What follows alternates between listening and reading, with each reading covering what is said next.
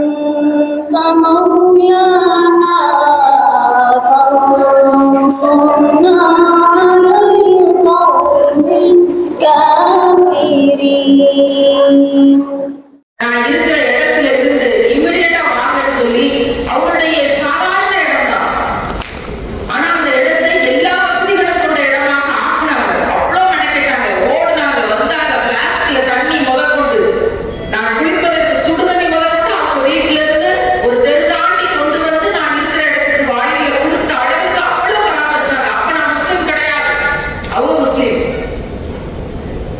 அப்ப நான் இஸ்லாத்தை ஏற்க போகிறேன்றது யாருக்கும் தெரியாது, எனக்கே தெரியாது. பெண் பிள்ளைகள் பாதுகாப்புக்காக போராடி கொண்டிருந்த எனக்கு அஞ்சைக்கு பாதுகாப்பு தேவைப்பட்ட போது ஒரு குடும்பம் ஷேராட்டவில் வந்து இறங்கியது. அந்த குடும்பத்துக்கு இப்படி ஒரு சிச்சுவேஷனா அப்படிங்கும் போது அவர்கள் சொந்த கடனாக வாங்கினாங்களா, சமூகத்துக்காக பொறுப்பேற்றார்களான்னு பார்த்தபோது பெரும்பான்மை கடன் அவங்க சமூகத்துக்காக வாங்கின கடன், அவங்க பர்சனலுக்காக வாங்கின கடன். அது பெரும்பான்மை கடனாக இல்லை. இமீடியட்டா நான் அல்லாஹ்ட்ட கையேறினேன். அல்லாஹ் எல்லாருமே எதிர்ப்பு தெரிவிக்கிறாங்க. எது நடந்தாலும் சரி, யார் என்னோட இருந்தாலும் சரி இல்லாட்டியும் சரி, 24 மணி நேரத்துல நீ இந்த கடனை வந்து உடைச்சு நோக்கு, இன்ஷா அல்லாஹ் அவங்க குடும்பத்தோடு சேர்ந்து வட்டிக்கு எதிராக வாழ்நாளுக்கு பிரச்சாரம் செய்வார்கள் அப்படின்னு சொல்லி நான் கேட்டேன். அல்ஹம்துலில்லாஹ் 24 மணி நேரத்துல அவங்களுக்கு நாங்கள் தொகையை கொடுத்தோம். சுப்ஹானல்லாஹ். நம்ம அல்லாஹ்வோட வல்லமையை பல சமயம் சாதாரணமா நினைச்சிடறோம். பல சமயம் இது ஆகுமா ஆகாதா, என்ன செய்யறது, இதெல்லாம் நடக்குமா, இதெல்லாம் சாத்தியமா இந்த உலகத்துல அப்படின்னு வைக்கிற நியத். நான் திண்டுக்கல் ஜாஸ்மின் அவங்கள்ட்ட எவ்வளவோ சொன்னேன், வேண்டாம் இவ்வளவு பேருக்கு சாப்பாடு கொடுக்கணும்னு நியத் வைக்கிறது கஷ்டம், சரியா வருமானு தெரியல. சிஸ்டர், நியத் வைக்கிறதே உங்ககிட்ட இருந்து தான் பழகிருக்கோம். பெருசா நியத் வைக்கணும் நீங்க அடிக்கடி சொன்னது உங்ககிட்ட இருந்து தான் கத்துக்கிட்டு இருக்கோம். முடியாது, என்னோட பிளானை நான் மாத்த மாட்டேன். ஒவ்வொரு நாளும் 250 பேருக்கு சிறப்பு உணவு, பிரியாணி கறியோட சிறப்பு உணவு, சாதாரண உணவு கிடையாது. கணவன் மனைவி 2 பேர் மட்டும்தான் இருக்காங்க, டீம் கிடையாது. ஒரு நாளைக்கு ஆகிற செலவு பிரமிக்க வேண்டியது. 30 நாள் கொடுத்தாங்க. சுப்ஹானல்லாஹ், 30 நாள் வச்ச நியத் படி 250 350 ஆச்சு. டோக்கன் போட்டு ரொம்ப ப்ரொஃபஷனலா 30 நாள் கொடுத்தாங்க. எப்படி சாத்தியமாச்சு? நம்பிக்கையை பெருசா வச்சீங்கன்னா, அது அல்லாஹ்வின் மீது வச்சீங்கன்னா நடக்கும் அப்படிங்கிறதுக்கு ஏகப்பட்ட அத்தாட்சிகள் இருக்கு. இது தனியான விஷயம்.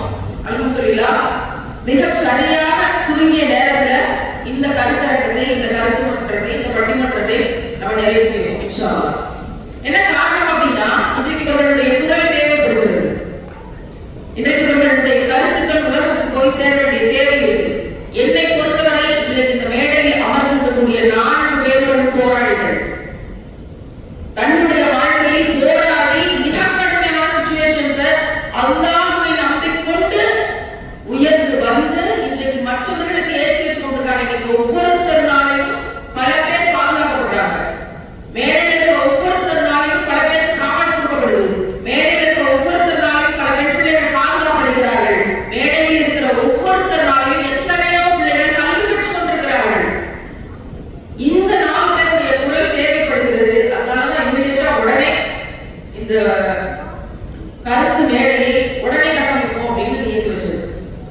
பெண்களுக்கு சுதந்திரம் கிடைச்சிருச்சா? கிடையாது.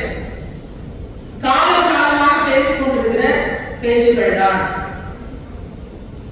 ஆதிக்கம் நிறைந்த ஒரு சமூகத்துல, ஒரு நாட்டுல தான் வாழணும். கணவன் இறந்து விட்டால் மனைவியையும் உயிரோடு சிறையில் எரித்து விட வேண்டும் என்கிற வழக்கம் இருந்த நாடுதான். ஆனால் அவற்றையெல்லாம் தாண்டி கொஞ்சம் கொஞ்சமாக கல்வியறிவு பெற்றுக்கொண்டு மீண்டு வந்து கொண்டிருக்கிறோம். நான் இஸ்லாமிய சமூகத்திற்கு மட்டும் இந்த செய்தியை சொல்லவில்லை, ஒட்டுமொத்த நாட்டுக்கும் ஒட்டுமொத்த பெண்களும் சேர்த்துதான் செய்தியை பதிவு செய்கிறோம். இதில் பெண்கள் என்று குறிப்பிடப்பட்டிருப்பது இஸ்லாமிய பெண்கள் மட்டும் இல்லை, ஒட்டுமொத்த இந்திய பெண்கள். சுதந்திரம் பெற்றுவிட்டார்களா? இல்லை. சுதந்திரம் பெற்றுவிட்டோம் என்று பேசி முதலாவதான நிகழ்ச்சியை தொடங்கி வைத்த கீழக்கரை தலைமை ஒருங்கிணைப்பாளர் இப்போதான் ஊழாளர்கள் வந்திருக்காங்க. மிக கடுமையான சிச்சுவேஷன், பயணப்பட முடியுமாங்கிற கேள்வி, உடல் நலம், பல பிரச்சனைகள், அதையெல்லாம் தாண்டி வந்து ஆகணும். நம்முடைய தாக்கத்துல ஒரு 2 ஊர்களையாவது புதிதாக பசியாற்றும் திட்டத்தை தொடங்கி வைக்கணும், 2 பிள்ளைகளையாவது பாதுகாக்கணும் அப்படிங்கிற வைராக்கியத்தோட மிகப்பெரிய பணிகளை கீழக்கரையில் செய்து கொண்டிருக்கிறாங்க. அவங்க போய் சுலேமான்னு கேட்டா தெரியாத ஆட்களே கிடையாது. அந்த அளவுக்கு அவ்வளவு அற்புதமான பணிகளை கிட்டத்தட்ட 30 ஆண்டுகளாக செய்து வந்திருக்காங்க. அவங்க தந்தையார் இந்திரா காந்தி அவர்களோடு இயங்கி, அவங்க சின்ன குழந்தையா இருக்கும்போது இந்திரா காந்தி அம்மா கூட போட்டோ எடுத்து பேசி அந்த விஷயங்கள்லாம் இருக்குது. இன்னைக்கு பார்க்கும்போது தமிழ்நாட்டின் இந்திரா காந்தி அவங்களுக்கு பேர் வச்சிருக்காங்க. நம்ம கூட ஒரு இந்திரா காந்தி இருக்கிறாங்கிறதுல நமக்கு பெரிய சந்தோஷம். இஸ்லாமிய பெண்களுக்கு ஒன்றும் தெரியாது என்று நினைத்துக் கொண்டு இருக்கிறவர்களுக்கு நாங்கள் அறிமுகம் செய்கிறோம். இதோ எங்கள்கிட்ட ஒரு சிறந்த ஆளுமை, எங்கள் தமிழகத்தின் இந்திரா காந்தி, எங்கள் பசியாற்றூர் திட்டத்தினுடைய மாபெரும் தலைமை சுலேமாமா அவர்களை ஒரு உற்சாகமான கைத்தட்டலோடு அழைக்கிறோம். இந்த கைத்தட்டலை எக்ஸசைஸா நினைச்சு இது பெரிய உற்சாகம், எனக்கெல்லாம் பெரிய உற்சாகம். சின்ன பிள்ளைல இருந்து மேடைகள்ல நல்லா பேசணும்னா நல்லா பாயிண்ட் வரும்போது கைத்தட்டு வரலாம், நான் முடிச்சுப்பேன். ஓகே, நம்ம பேசுறது புரியுது போல இருந்துச்சு. ஏன்னா அதனால இந்த கைத்தட்டலை இந்த அரங்கத்தில் இந்த நிகழ்ச்சி முடிகிற வரைக்கும் ஒரு எக்ஸசைஸா பண்ணணும். நம்ம யாரோட கலாச்சாரத்தையும் இருக்கல, ஒரு எக்ஸசைஸ். ஏன்னா ரொம்ப தூரத்துல இருந்து தூங்காம விடாமலாம் பயன்படுத்தி வந்துருக்கீங்க. நான் இங்க உட்கார்ந்து நேதாஜியினுடைய காலப்படையில் 10 வயசு பிள்ளைகள் எப்படி செத்து போட்டிருந்தார்கள் தெரியுமா பேசும்போது கீழே இருக்கு கண்ணாடிக்குள்ள தூங்கி விழுந்துட்டு இருக்கோம்னா நடந்தது சொல்றேன். அதனால அப்படி ஒரு ஆபத்து நடக்காம இருக்கிறதுக்காக நம்ம அறிஞருக்கு எக்ஸசைஸ் பண்ணி கேட்டுக்கலாம். வாங்க வாங்க சுலேமாமா.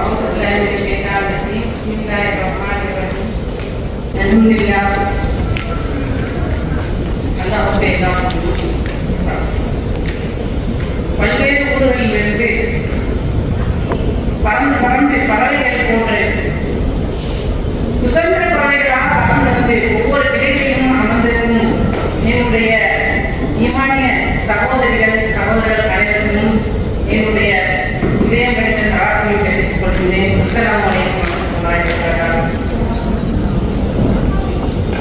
இந்த மேடையில் எனக்கு கொடுக்கப்பட்ட தலைப்பு பெண்கள் சுதந்திரம் பெற்று அடைந்து விட்டார்களா இல்லையா? இப்படி ஒரு கேள்வியை கேட்பதே எனக்கு ஒரு பெரிய ஆச்சரியமானது. நாம் இஸ்லாத்தில் பிறந்த நாம், இஸ்லாமிய மார்க்கத்தில் வாழ்ந்து கொண்டிருக்கிற நாம் இப்படிப்பட்ட ஒரு கேள்வியை கேட்கலாமா? ஏன் அப்படின்னா, நாம் சுதந்திரம் பெற்றுவிட்டோம் அப்படின்னு எனக்கு பேச சொன்னாங்க. அதான் உண்மை. எப்படி பெற்றிருக்கோம், எப்ப பெற்றோம் அப்படின்னா நினைக்கலாம், அந்த சுதந்திரம் பெற்றோம் அந்த வந்து போட்டு சுதந்திர பறவைகள் அப்படின்னு. இப்படி இல்லை. 1450 வருஷத்துக்கு முன்னாடியே நாம் சுதந்திரம் பெற்றுவிட்டோம். பெண் சுதந்திரம், பெண் விடுதலை. இன்னைக்கு ரசூலுல்லா நபியாக தேர்ந்தெடுக்கப்பட்டார்களோ அன்னைக்கே பெண்களுக்கு விடுதலை கிடைத்தது. உண்மையா இல்லையா? எதுக்கு நம்மளுக்கு வந்து விடுதலை கிடைக்கல, எதுக்கு நம்மளுக்கு சுதந்திரம் தரல?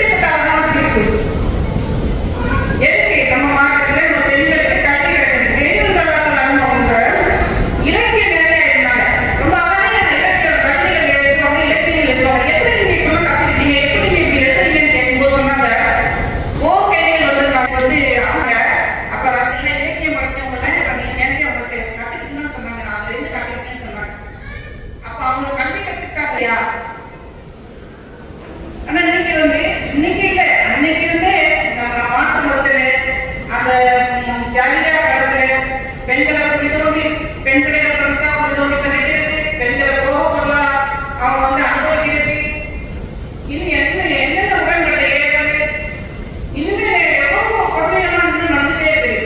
ஆனா நம்ம மார்க்கத்தில் அப்படி இல்லை. இன்னைக்கு நம்ம வந்து இங்க உட்காந்துட்டு தான் சொல்றோம். இன்னைக்கு நாங்க வந்து நின்று பேசிட்டு இருக்கோம்னா எனக்கு சொல்றோம், என்னுடைய உரிமை. நான் நிலைநாட்டுக்காக இருக்கிறேன். இருக்கிறவங்க கற்றுக்கிறதுக்கு உரிமை இருக்குது. ஒரு கணவனை எப்படி தேர்ந்தெடுக்கிறதுக்கு உரிமை இருக்குதோ, சுதந்திரம் இருக்குதோ, அதே மாதிரி அந்த கணவனை வேணாம்னு சொல்றதுல நம்ம சுதந்திரம் இருக்கா இல்லையா? எதுல இல்லை நம்மளுக்கு சுதந்திரம்? சொத்துல சுதந்திரம் இருந்தா சொத்துல எல்லா பணம் எப்படி இருந்தாலும் பெண்களுக்கு சொத்து உரிமை கொடுக்கணும் அப்படிங்கிறதுல நம்மளுக்கும் இந்த பங்கு தருது.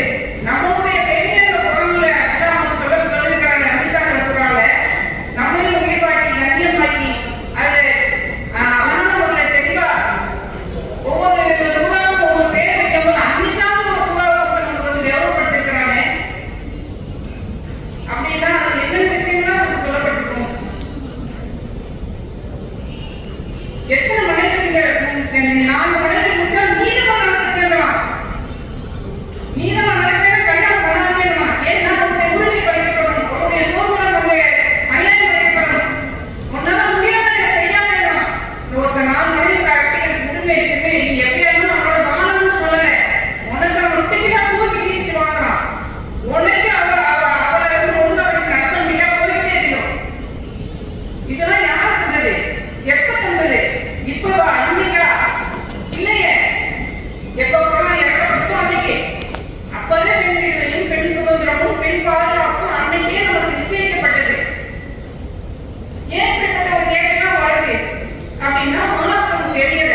பெண்கள் வந்து அடிமைப்படுத்தப்படுறாங்க, பெண்கள் வந்து உரிமையை வந்து மறுக்கப்படுறாங்க, பெண்களுக்கு சுதந்திரம் இல்லை, இப்படிலாம் சொல்றது எதுக்குன்னா உங்களுக்கு மாற்றம் தெரியல. மாற்றம் தெரிஞ்சிருந்தா அந்த ஒரு கேள்வி வராது.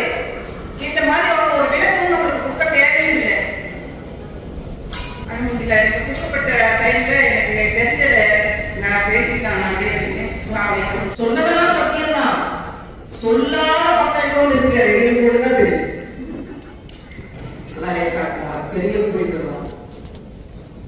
நாமளும் போருக்கு போகணும்ல அப்படிங்கிற சூழ்நிலை போய் பெண்கள் கேட்கும் போது சொன்னாங்களா, நீங்க போர்களுக்கெல்லாம் வந்து குதிரை ஏறி கஷ்டப்பட வேண்டியதில்லை, உங்களுக்கு கல்யாணம் ஆயிருங்க, நீங்க கணவரோடு வாழ்ந்து ஒரு குடும்பத்தை பார்க்கிறதே ஆகப்பெரிய ஜிஹாத், போய் வெற்றியாளர்களா வாழ்ந்து சொல்லி கொடுத்த நபி நம்முடைய நபி. ஏன்னா அதனால எல்லாரும் மேக்சிமம் ஜிஹாத்ல தான் இருப்பீங்க. இங்க இருந்து பார்க்கும்போது எல்லாம் ஒரு குதிரையில உட்கார்ந்துருக்க மாதிரியும் ஆளுக்கு ஒரு வாழை கையில வச்சுக்கிட்டு இருக்க மாதிரியும் எனக்கு அப்படியே கிளியர் வச்சா சூட்சும ஞானத்துல தெரியும். ஆனால் இறைவனுக்கு பெரிய கூலியை வைத்திருக்கிறார். சுபஹானல்லாஹ். இப்ப இவ்வளவு தூரம் அவங்க யாருமே இருக்க முடியாதுன்னு சொல்லிட்டாங்க. 1400 வருஷத்துக்கு முன்னாடியே கிடைச்சிருச்சு, நிச்சயிக்கப்பட்டுச்சு. மற்ற சமூகத்துக்கு அப்படி இல்லை. இஸ்லாமிய சமூகத்துக்கு 1400 வருஷத்துக்கு முன்னாடி தான் இறங்கு பொழுதே பெண்களுடைய பாதுகாப்பும் விடுதலையும் உறுதியாக்கப்பட்டதுன்னு சொல்லிட்டாங்களே. பஷீரா அலிமா என்ன செய்வாங்கன்னு தெரியல. முஸ்லிம்களினுடைய வீராங்கனை பெண் சிசுக்களில் இருந்து தப்பித்து வந்தவர்கள் செல்ல பிள்ளை ஒரு உற்சாகமான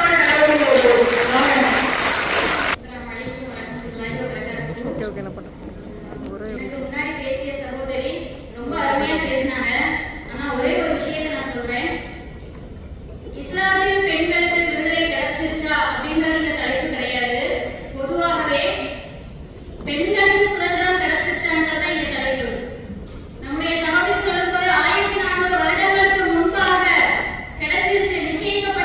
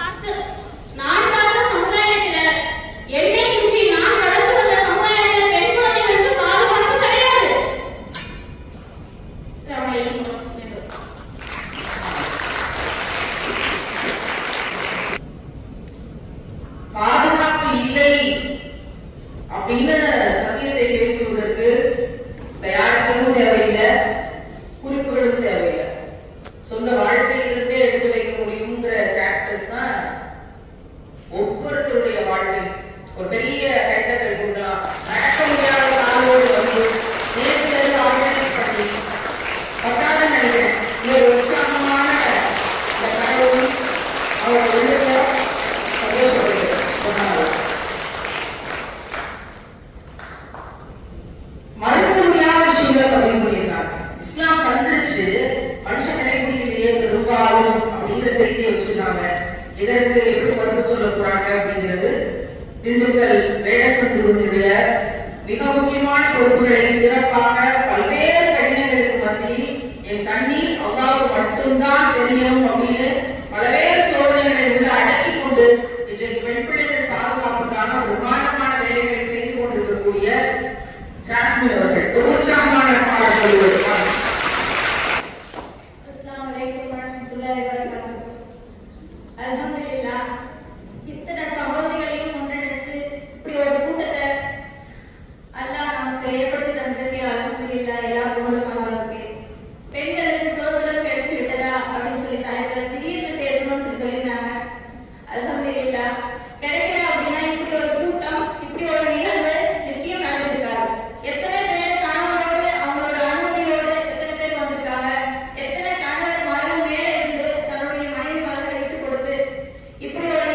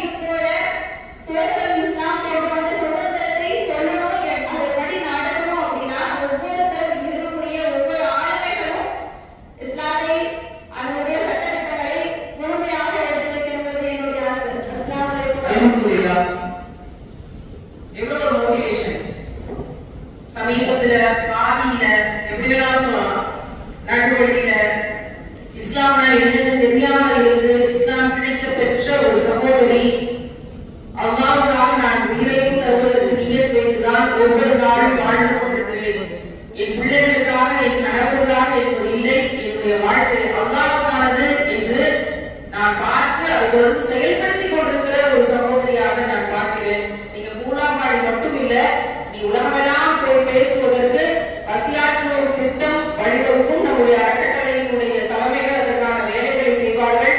எனவே சீக்கிரமே பாஸ்போர்ட்டை எடுத்து வையுங்கள் என்ற சுப செய்தியையும் சொல்லி நிறைய பேசுங்க. உங்களுடைய கணவர் போல சிறந்த சகோதரர்கள் இருக்கும்போது அது ஒரு பெரிய இன்ஸ்பிரேஷனாக சமூகத்துக்கு இருக்கணும். பேசுறதுலே ரொம்ப ஆச்சரியப்பட வேண்டிய விஷயம் என்ன அப்படின்னா, இப்போ ஜாஸ்மினே ஒரு உதாரணத்துக்கு எடுத்துக்கலாம். முதுகு வலி, பயணப்பட முடியாது, உடல்நலத்துல பல்வேறு பிரச்சனைகள், குடும்பத்துல வறுமை அல்லது சிக்கல்கள், பொருளாதாரத்தை கடந்து வர வேண்டிய சமூக நெருக்கடிகள் எவ்வளவு வேண்டுமானாலும் இருக்கலாம். இன்னும் ஒரு சொந்த நிலமோ சொந்த வீடோ நம்ம வாங்குறதுக்கு போராடி கொண்டிருக்கிறோமே என்ற கவலை இருக்கலாம். இஸ்லாம் தான் எனக்கு கிடைத்த சொத்தும் விடுதலையும் என்று உணர்கிற ஈமான் இருக்கிற போது இம்மையில இஸ்லாத்தை எடுத்து வைப்பதற்கு நான் உறுதுணையாக நிற்கிறேன் என்று நிற்கிற ஒரு நல்ல ரோஷம் உள்ள, மானம் உள்ள, அறிவாற்றல் உள்ள ஆண்மகன் உங்களுக்கு கணவனாக இறைவன் ஏற்படுத்தி தந்திருக்கிறான் என்று மிகப்பெரிய சொத்து, மிகப்பெரிய சொத்து. அதில் நமக்கு கவலையும் இல்லை, அதை பத்தி சங்கடமும் இல்லை. அல்லாஹ் மிக பெரிய உயரங்களுக்கு கொண்டு போய் விடுவோம். அது மறுமையில நம்ம நிச்சயம் பார்ப்போம். சுப்ஹானல்லாஹ். இவ்வளவும் தன் வாழ்க்கையிலிருந்து எடுத்து வைத்த பிறகு விழுப்புரம் பூனிமேட்டில் இருந்து பசியாற்றும் திட்டத்தினுடைய கூட்டத்தை மாநாடாக நடத்தியவர்கள்.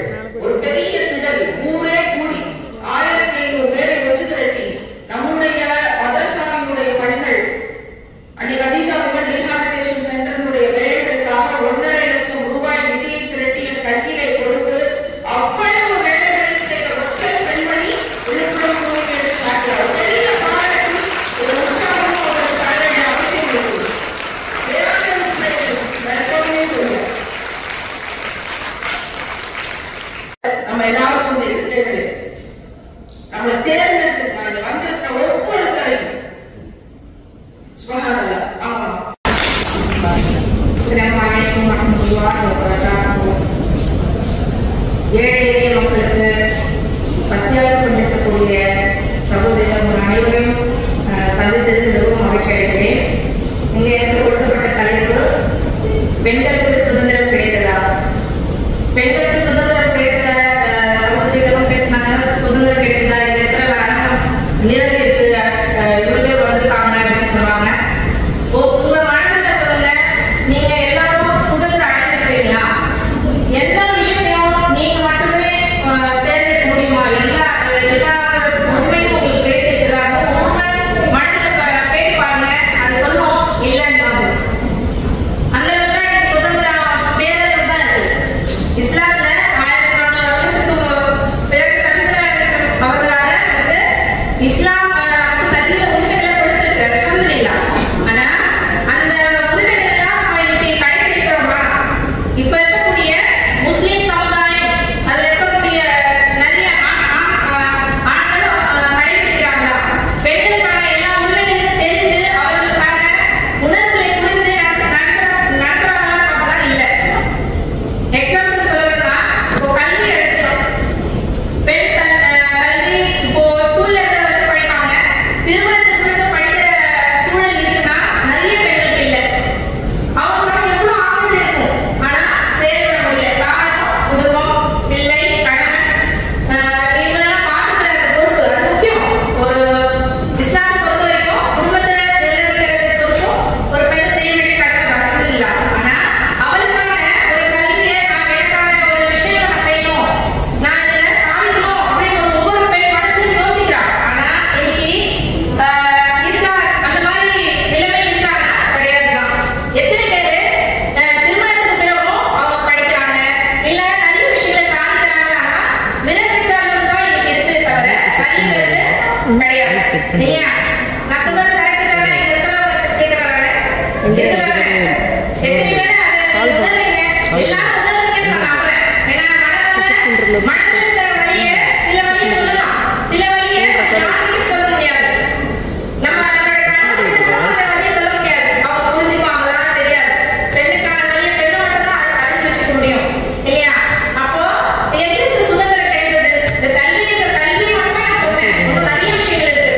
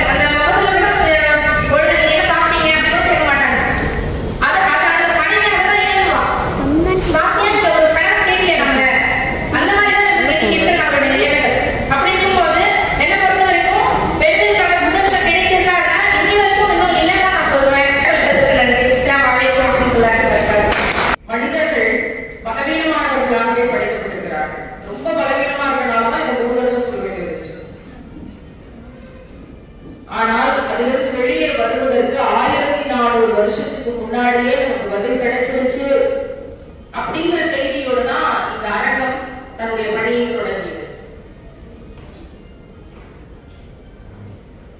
நான் எத்தனையோ நாள் இறைவனிடத்தில் அழுது கேட்டது, பாலியல் வன்கொடுமையினால் பிள்ளைகள் செத்துக் கொண்டிருக்கும் போது யாவதா அதற்கான பாதுகாப்பை தான். காவல்துறை நேரில் கண்ணில் முதலாக நான் பார்த்தபோது கதறி கேட்ட முதல் துவா, பெண்கள் பாதுகாப்பில்லாத தேசத்தில் இருந்து வந்திருக்கிறேன், உன்னுடைய பிள்ளைகளை நீ பாதுகாப்பாயாக, அதற்கான கருவிகளாக எங்களை நீ ஆக்குவாயா. ரமலான் நோன்பு வரப்போகுது.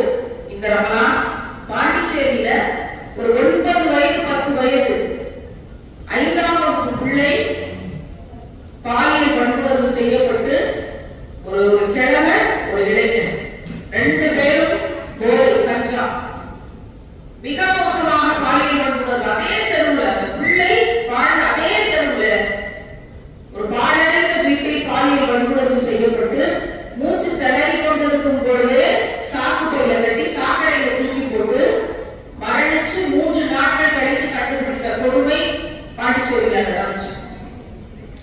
இன்னும் நம்ம மறந்துக்க மாட்டோம்னு நினைக்கிறேன். அப்ப என்ன செய்யறது, நான் இமீடியட்டா நான் பயணத்தை தொடங்குறேன் அப்படின்னு என்னுடைய உடல்நலம் கடுமையான பாதிப்பிலிருந்து அப்பதான் கொஞ்சம் வெளியே வந்துட்டு இருந்த காலகட்டம்.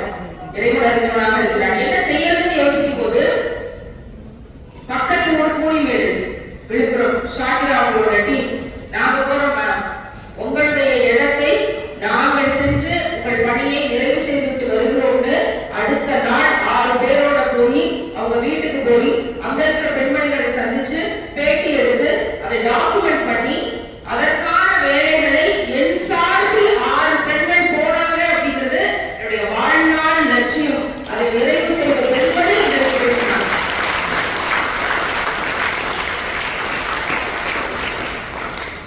நிறைய கஷ்டம் இருக்கு, நிறைய வீட்டு சூழல்கள் இருக்கு, சிக்கல்கள் இருக்கு. அதை தாண்டி பெண்ணுக்கு 2ஆம் கடமை சமூக கடமை என்று தமிழ்நாடு சொன்னார்கள். முதல் கடமை வீடு, 2ஆம் கடமை குடும்பம் என்கிற சமூகம்.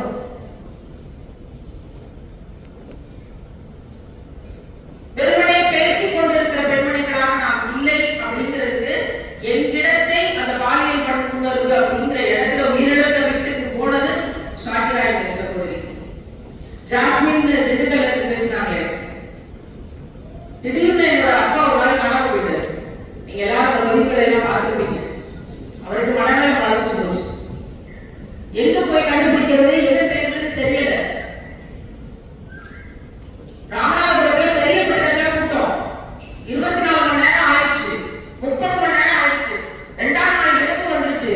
இன்றைக்கு இரவு அவரை கண்டுபிடிக்க முடியலன்னா உறுதியான செய்தி எதுவும் சொல்ல முடியாது அப்படிங்கிற நிலம். இன்றைக்கு நான் மேடையில வந்து பேசிக்கிட்டு இருக்கேன் அப்படின்னா தெரு தெருவாக கிராமங்கள் தோறும் பட்டி தொட்டிகள் தோறும் கிட்டத்தட்ட 15 ஆண்டுகளாக என்னை கூட்டிட்டு போய் மேடைக்கு கொண்டு போய் எத்தனையோ அசிங்கப்பட்டு அவமானப்பட்டு என் பிள்ளை மேடையேற வேண்டும், நல்லா பேசணும், பாராட்டு வாங்கணும், சாதிக்கணும், அடிமைப்பட்ட தாழ்த்தப்பட்ட சமூகங்கிற இடத்துல இந்த சமூகம் ஒதுக்கி வச்சுச்சு. அதுல இருந்து என்னுடைய பெண் பிள்ளையின் வாயிலாக ஒரு அங்கீகாரத்தை இந்த சமூகத்துக்கு நான் பெற்றுத்தர வேண்டும் என்று பாடுபட்ட ஒரு புரட்சியாளர் என்னுடைய தந்தை.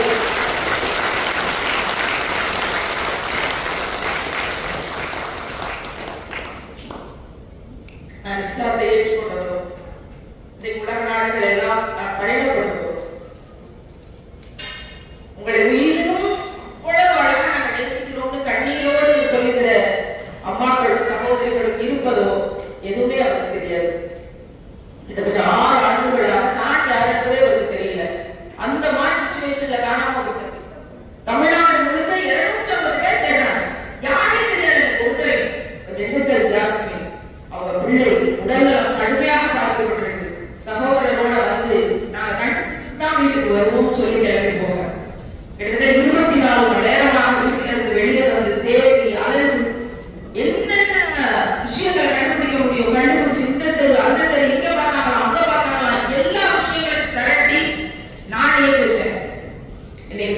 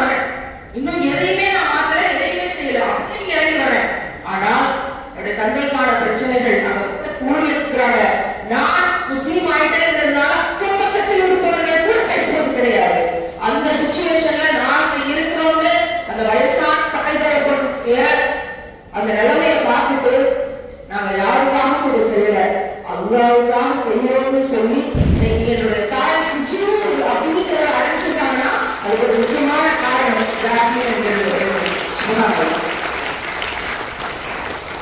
என்னிடத்தை நிரப்பியது சமூக தளத்துல பாலியல் வன்கொடுமைங்கிற இடத்துல விழுப்புரம் ஷாக்கிரா, என்னுடைய வீட்டுல ஒரு மகன்கிற இடத்துல திண்டுக்கல் ஜாஸ்மின். என்னுடைய வெற்றிடத்தை நிரப்பிய சமூகங்கள் எப்படிதான் ஒவ்வொரு ஆதரவற்ற பெண்களுக்கான ஒரு ஹோம் கட்டியிருக்குங்கிறது ஒரு பெரிய லட்சியம். ஏன் அப்படின்னா அனாதையா இருக்கிறது எவ்வளவு வலிக்கும்னு எனக்கு நல்லா தெரியும். குடும்ப வன்முறை அப்படிங்கிறது எவ்வளவு வலிக்குங்கிறது எனக்கு நல்லா தெரியும். வரதட்சணையினால் பாதிக்கப்பட்டா எப்படி இருக்குங்கிறது எனக்கு நல்லா தெரியும். நான் அளவுக்கு அதிகமாக நேசிக்கிற ஒருத்தரை நீ என் வாழ்க்கையில தேவையில்லைன்னு சொல்றது எவ்வளவு வலிக்கும்னு எனக்கு ரொம்ப நல்லா தெரியும். அடி வாங்குறதும் நிதி வாங்குறதும் எவ்வளவு வலிக்கும்னு எனக்கு நல்லா தெரியும். தேவதைங்கிற வார்த்தை எனக்கு ரொம்ப பிடிக்கும்.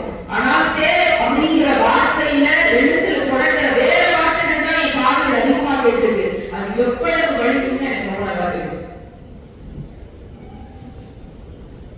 அவ்வளவு வலிச்சதுனாலதான் என்னை போல இன்னொரு பெண்ணுக்கு இந்த வலி வரக்கூடாதுங்கிறதுக்காக என்ன நடந்தாலும் சரி உயிரோடு இருக்கிற கடைசி நொடி வரைக்கும் யாரோ ஒரு பெண்ணை காப்பாற்றுவதற்காக போராடிட்டு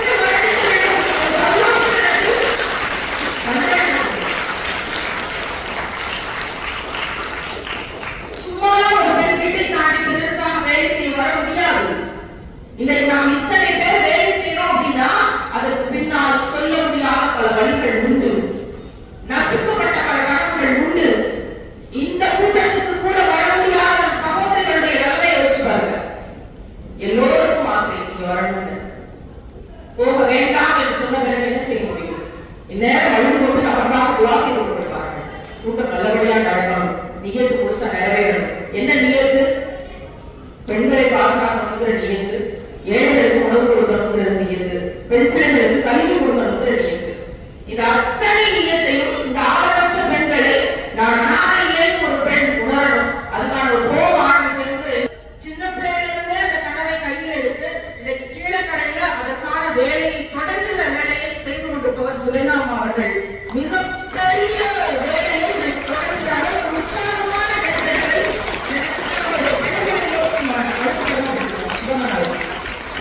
படிக்க சொல்றது ஒவ்வொரு பேசுவோம் சொல்றது எப்படியாவது ஒரு பாதுகாக்கணுமா, எப்படியாவது வீட்டை பாதுகாக்கணும் என்று ஒரு பெண்மணி சொல்லவில்லை.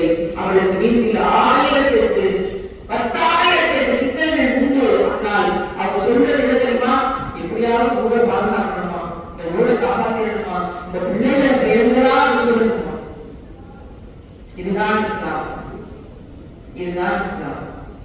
என்னுடைய கனவை இன்றைக்கு தன் கனவாக எடுத்துக்கொண்டு பெண்கள் பாதுகாப்பு குழுவுல 1000 பேரை சேர்த்து அந்த பணிகளை காயப்பட்டினத்திற்கு அடுத்து மிக சிறப்பாக அதைவிட சிறப்பாக கொண்டு செலுத்திக் கொண்டிருக்கக்கூடிய ஒரு பெண்மணி. அவளுக்கு வயது 55. தெரியுமா? கண்ணாடி தெரியுமா? ஆனா நான் சின்ன பிள்ளையாவே இருக்க விரும்புறேன், நான் கண்ணாடி பார்க்க விரும்பல.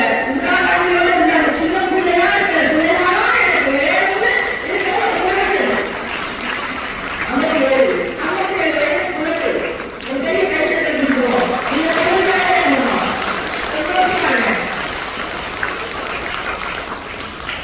ஆனால் நான் ஒரு கடுமையான சூழ்நிலையில நிலக்கரைக்கு போய் நிற்கும் போது தங்குறதுக்கு இடம் சரியா அமையல. ஒரு பெரிய கிரிட்டிக்கலான சிச்சுவேஷன். அவங்க சொன்ன வார்த்தையை நான் எல்லா வேலைகளிலும் பதிவு செய்வேன். நீ வந்தா வந்தாராமா ஸ்ரீதேவி, எங்க வீட்டு கதவு எப்போதும் திறந்திருக்கிறது என்று சொன்ன அந்த வார்த்தை எப்போதும் என் நினைவில் இருக்கிறது. சுபஹானல்லாஹ். வார்த்தை சொல்ல வாழ்க்கைக்காகவே சொல்கிறார்கள், அவரை வாழ்கிறார். கடைசியா பஷீரா, இந்த மேடையில என்னெல்லாம் பேசணுமோ எல்லா துன்பத்தையும் சந்தித்திருக்கிற ஒரு பெண்மணி. வயது கிட்டத்தட்ட 30 நெருங்குது. நான் இப்பதான் 40 கடந்திருக்கிறேன். சகோதரி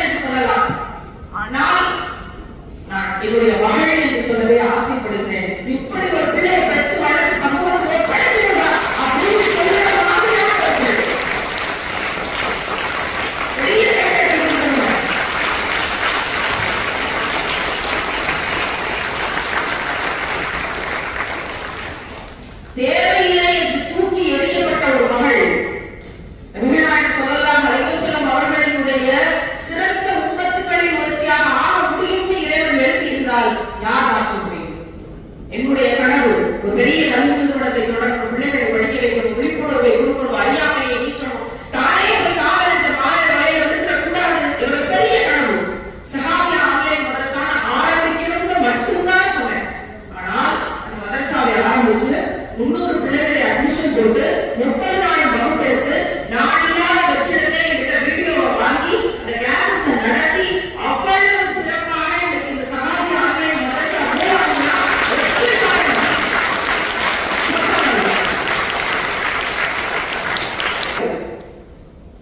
அந்த வேதனை என்னன்னு எனக்கு தெரியும். என் பிள்ளையை நான் பிரித்து 1.5 வருஷம் பேசாம இருந்தேன்.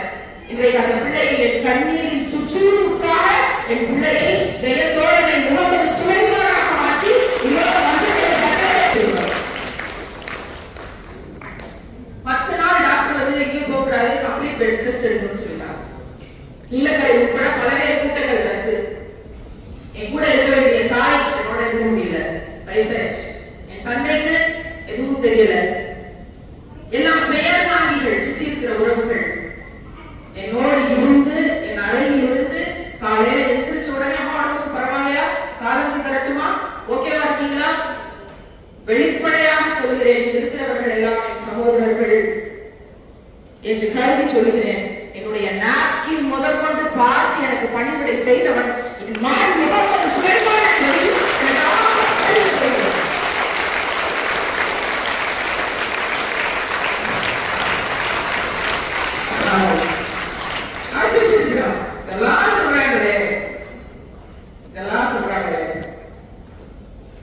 ஒரு தாய் தன்னுடைய மாதவிடாய் கடினங்களை தன் ஆண் பிள்ளைக்கு சொல்லிக் கொடுத்து வளர்க்க முடியும் என்றால் அந்த ஆண் பிள்ளை நாளை பெண் பிள்ளைகளின் விடுதலைக்காக உழைப்பான் என்பதற்கு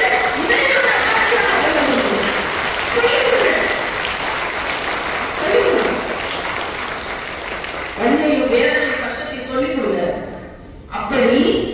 அப்படியான கொடுமைகளில் இருந்து வெளியே வந்து திரும்பவும் ஒரு வாழ்க்கையை வந்து அந்த வாழ்க்கையும்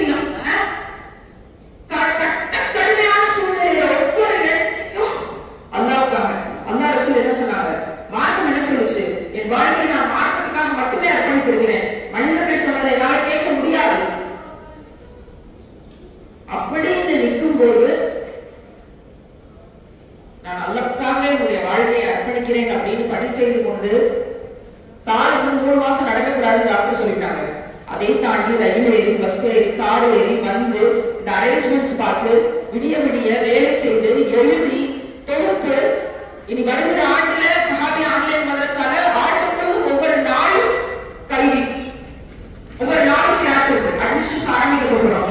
அந்த பணியை தலைமையில் எடுத்துக்கொண்டு என் கண்ணீரை தாண்டி பிறருக்கான கருணைதான் முக்கியம் என்று வேலை செய்கிற இந்த பஷீரா இங்கு இருக்கும்போது,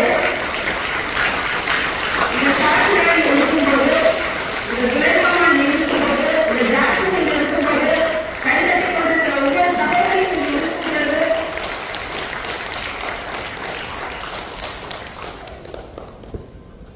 பெண்களுக்கு சுதந்திரம் கிடைக்கவில்லை என்று இனியும் நாம் சொல்ல போவது இல்லை. எங்கள் நபி எங்களுக்கு தந்த சுதந்திரம்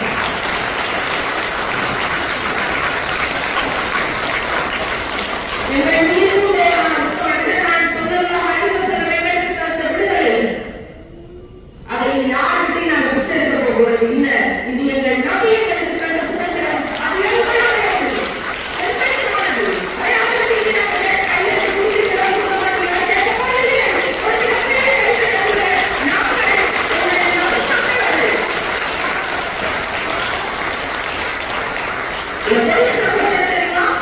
நம்ம அழுகிட்ட கைத்தட்டணும், மேல இருக்கிற ஆண்களெல்லாம் கைத்தட்டுகிறார்கள்.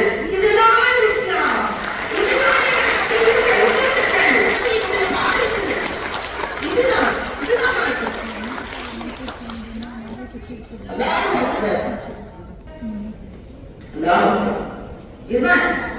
என்றால் பெண்களுக்கு 1400 ஆண்டுக்கு முன்பே சுதந்திரம் கிடைத்த